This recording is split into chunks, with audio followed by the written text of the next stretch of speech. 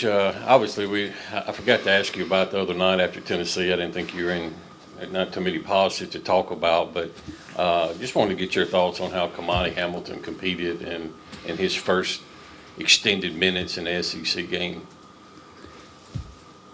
Yeah, that was a bright spot for us individually. Kamani certainly looked the part out there and played like he belonged.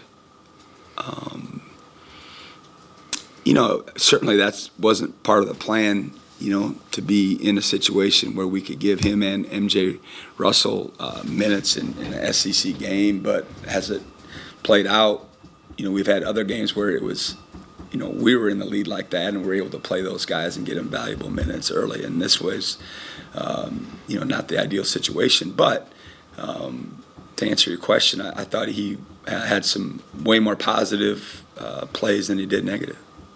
John, go ahead. You always, new journey for you, obviously, in the first year with this group. You guys got off to that great start. Now in conference play, a couple tough games to start things off. How would you assess how your team has responded, kind of so far in the locker room to the first two losses SEC play? I think that'd be more of a fair question after a couple days. We played Tuesday on the road, got back really late. We had travel, weather-related issues, so didn't do anything yesterday, other than rehab, and guys voluntarily did some things. But as a team, we didn't do anything on the floor. So I would have a better feel after being with them for a couple days, heading into the Saturday afternoon contest. Theo, go ahead. This is the first game in this in-state rivalry you've been able to coach here with Ole Miss. What have you been told about the rivalry from fans, players, and administration? Beat Ole Miss. Other than that, not much. Haven't asked a lot of questions. Get it back to Danny P. in the second row. Along those lines, Coach, I don't know how many rivalries you've been a part of over your coaching career, but how do you handle rivalries? Do you temper them at all, or do you tell your guys to embrace it, or how do you handle those? Yeah, I've coached for 31 years, so you can imagine I've been in rivalries all over the country and different ones. It's one of those situations where I don't think you have to say that much about who we're playing. Everyone in the area knows, and certainly quote-unquote business as usual was what you'd like to say, but we all know how important this game is for each fan base, for the state of Mississippi in general, and you want to win those games. I mean, you want people to be excited and to feel good about beating their rival, and obviously their opponents feeling the same way, and we're both in a situation where we're starving for a win, so I'd imagine the intensity of the game will be as high as it can get. I know, the last couple of days, the free throw shooting hasn't been what you wanted it to be. Like, after kind of evaluating what y'all have been doing from the free throw line, do you kind of change anything in practice these next few days to kind of help the guys with that? And what's kind of your approach to fixing that? Do you change anything? What were we from the line in the last game? 7 for 17. 7 for 17, yeah. 7 for 17, yeah, that's not good. Again, there's so many different approaches to free throws. Some people shoot a regular number every day. Some do pressure free throws in practice throughout the game. Some don't talk about it. Some have an approach of, trying to tweak people's shot technique. And I pretty much, at this point, have tried everything under the sun, to be honest with you. And, it's one of those things that fans certainly, it's the one thing that wherever you go across the country, it's the one complaint that everybody has is they're free. I can make free throws, and I get that, okay? I understand how that works and feels, and it's a little bit easier than it looks when, there's some pressure on you and fatigue and the crowd and what's riding on the game. But at the end of the day, you got to be confident, and that's my job, is to try to instill some confidence in individuals that are at the line, and they've got to trust their technique. And but we've shot a lot of free throws, especially since we were done with the first semester, and that allowed us to have more time on the floor. And a big part of that has been shooting, both from the three and from the free throw line, and spending extra time on their game. And we'll see how it develops. Back to Theo. Yeah, it was mentioned on the SEC Network broadcast during the Tennessee game. You guys have like tired legs from running them so hard early on. How do you try to balance that with the intensity that SEC play just requires? I'm not sure if I ever said it was because of running them so hard. I know I've never said they had tired legs because of running them so hard. Maybe someone else said that, but that doesn't. That quote can't be attributed to me.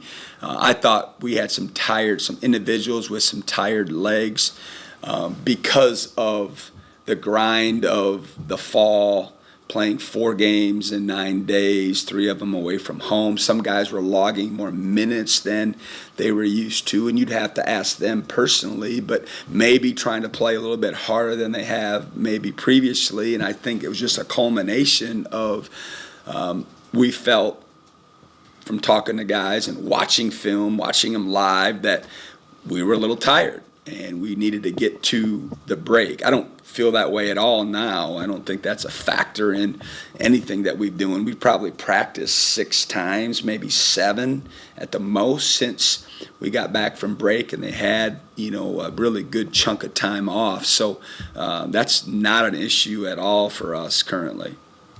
Kind of not along those lines, but somewhat with Rams. How do you feel like he is with his ankle coming back? I think his ankle is fine. Again, I'm not in his body. I get reports from our trainer daily about where everyone is individually, and he's still under maintenance because of it daily. But unfortunately, and he'll probably be the first to tell you, is he's not in elite shape. And that's one of the reasons why we kept him in the game as long as we did. When the score was obviously not in our favor, and normally, most of those kind of guys that play heavy minutes are out of the game. But I felt we needed to keep him in there to try to, get some more game shape. He gets gassed pretty early compared to that he did when he was in the fall and practice. And it's just hard, when you go 6 weeks and basically you're playing and rarely practicing, and when you do, you're not out there, for a lot of these. It's just human nature to lose some of that shape, and so that's a big key for us. And he's definitely getting in better shape. We see it every day, but we need to get him in elite shape so he can play more quality minutes. Joel, go ahead. You had such a great atmosphere here the other night against Alabama when they were in town. I know that'd mean a lot to you guys on Saturday to have a similar atmosphere on Saturday. Just for a game like this, how important would it be to have that 6-man? I guess maybe what's maybe your message to the fans and the folks wanting to come out to the hump on Saturday? Again, I'm still learning the historical perspective of this rivalry, and I'm knee-deep in it and excited to be a part of it. I can't wait to experience it. And I haven't checked personally on where we're at in terms of ticket sales. I got a lot other things to worry about right now, but I can imagine it's pretty good. From what I have been told historically, these games are, one of the highest populated basketball games of the season. And Saturday afternoon, 1 o'clock, CBS Sports, both teams are starving for a win. And, I'm very hopeful that our fan base will continue to support these young men and continue to appreciate their work and how they're competing on the floor. And I know everyone's disappointed with our last few games, and nobody's more disappointed than our locker room. These kids are upset. They're not happy. Certainly we're not happy, not just in the results, but more importantly for me, I guess, is our quality of play hasn't been up to snuff and what the standard of expectation that we have. And Saturday is a great opportunity to try to fix some things. Time for a couple more. We'll go to John and then Theo to wrap it up. I don't know how much Ole Miss tape you've been able to watch. I don't know when that process kind of starts for you on this timeline, but if you have, what have you noticed about them on film? And What's the extent of your relationship kind of with Kermit Davis? What do you know about him? Yeah, I've known Kermit for a long, long time. Obviously he's been in it a long time and longer than me, and have a ton of respect for him and his body of work. And he's got a great reputation for being a heck of a ball coach. And I know his dad was the coach here, and I've had a chance to meet Coach Davis, and I really enjoyed the conversation that I had with him. And I know they're going to be very well prepared.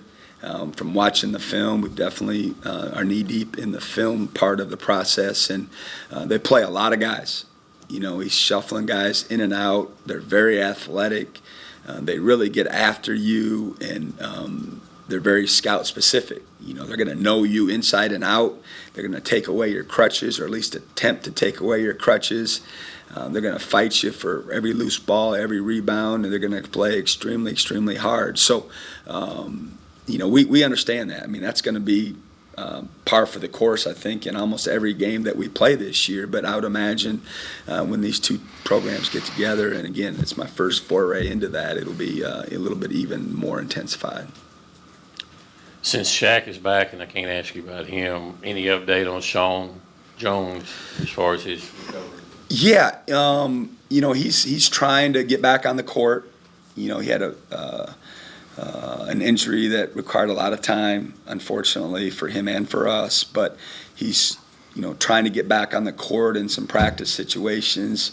When he'll be available for games, it just depends on how he progresses with his transition back into practice. Perfect. Thank you, guys. We'll see you